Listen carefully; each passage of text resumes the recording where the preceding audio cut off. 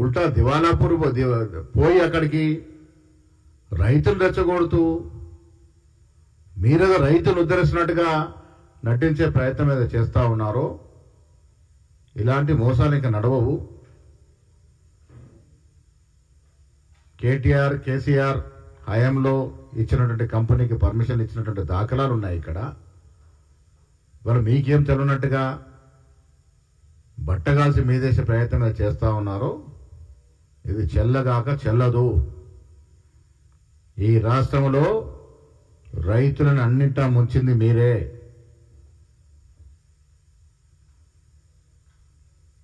దిలావర్పూర్లో permission ఇచ్చింది మీరే. మళ్ళీ వాళ్ళ మీరు మీ నాయకులు పోయి రైతులు రెచ్చగొడతా ఉన్నారు. ఏ ముఖం పెట్టుకుని రెచ్చగొడతా ఉన్నారు? నేను నిర్మల్ జిల్లా రైతాంగాన్ని కోరుతా ఉన్నాను,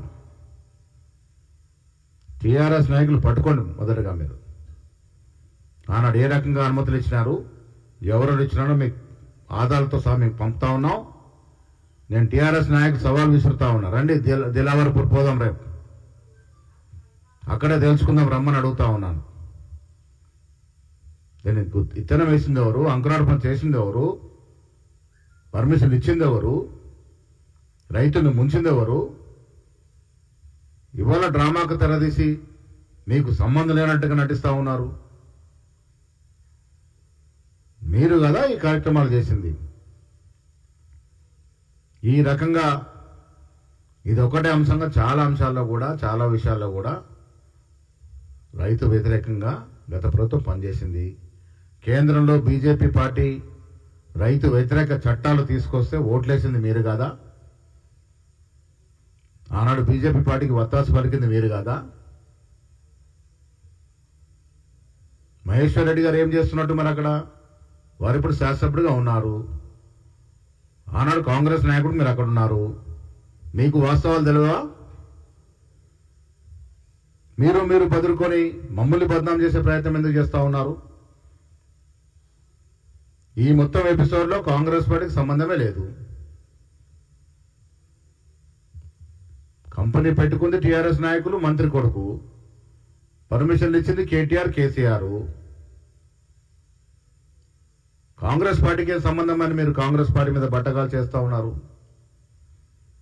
నిర్మల్ రైతులు అర్థం చేసుకోవాలి, వాస్తవాలు తెలుసుకునే ప్రయత్నం చేయాలి.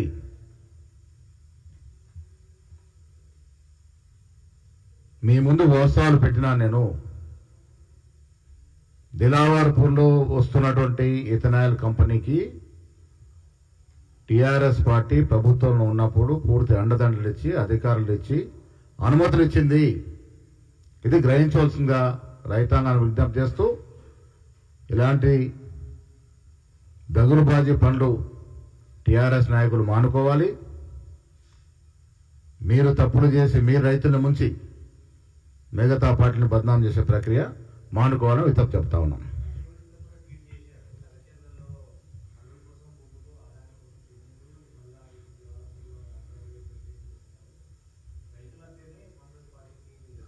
అరే కేటీఆర్ గారికి నేను భాష చక్కగా సిగ్గుండాలి మాట్లాడటానికి. ఈ అనుమతులు ఇచ్చింది ఎవరని అడుగుతా ఉన్నాను కేటీఆర్ గారిని.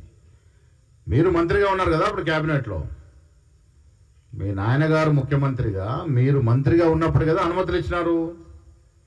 ఇంకా దాని గురించి మీరు ఇలాంటి సిగ్గుమాలిన ప్రకటన ఎందుకు చేస్తా ఉన్నారు? కాంగ్రెస్ పార్టీకి ఏం సంబంధం దీంట్లో? లఘుచర్లలో ఒక వెనకబడ్డ ప్రాంతం అది. రియల్ ఎస్టేట్ వ్యాపారం మీలాగా హైదరాబాద్లో లేక త్రిభువనజీవంలో చేసుకుంటే లాభాలు ఉంటాయి. వెనుకబడ్డ ప్రాంతము, ముఖ్యమంత్రి గారు ప్రాతినిధ్యం వహిస్తున్న నియోజకవర్గము, బీదవారికి ఉద్యోగాలు రావాలని అక్కడ ఇండస్ట్రియల్ పార్క్ వస్తూ ఉంది. ఇప్పుడు పసలేని ఆరోపణలు, అబద్ధపు ఆరోపణలు చేస్తే నేను గతంలో చెప్పినాను, టెంపరీ మీకు సంతోషాన్ని ఇస్తుందేమో కానీ లాంగ్ రన్లో మీకు అది ఇబ్బందిగా ఉంటుందనే మాట చెప్తా ఉన్నాను. ముఖ్యమంత్రిగా ఎస్ ఇథనాల్ ఫ్యాక్టరీకి పర్మిషన్ ఇచ్చింది మీరు. ఇవాళ ఎట్లా మాట్లాడతారు ఇథనాల్ ఫ్యాక్టరీ గురించి?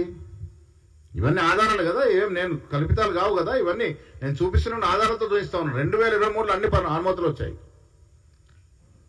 దిలావర్పూర్లో ఉన్న ఇథనాల్ కంపెనీకి 2023 లోపే అన్ని ఆధారాలతో అన్ని అనుమతులు వచ్చినాయి. ఇది కేటీఆర్ యొక్క ప్రాజెక్ట్. ఇది కేటీఆర్ సంబంధంతోనే ఆనాడు ఆ కంపెనీలో డైరెక్టర్గా ఉన్నట్టు తలసాని కుమారుడు సాయి కిరణ్ యాదవ్, సాయి కిరణ్ తలసాని ఒక డైరెక్టర్గా ఉన్న కంపెనీది. మీరు అనుమతులు ఇచ్చినారు, టీఆర్ఎస్ హయాంలో అనుమతులు వచ్చాయి. ఇలా రైతుల గురించి మీకు మాట్లాడే హక్కే లేదు. అన్ని రకాలుగా ముంచారు రైతుల్ని. 3 రైతు వ్యతిరేక చట్టాలు కేంద్రం తీసుకొస్తే భుజాన్ని వేసుకొని మోసారు మీరు.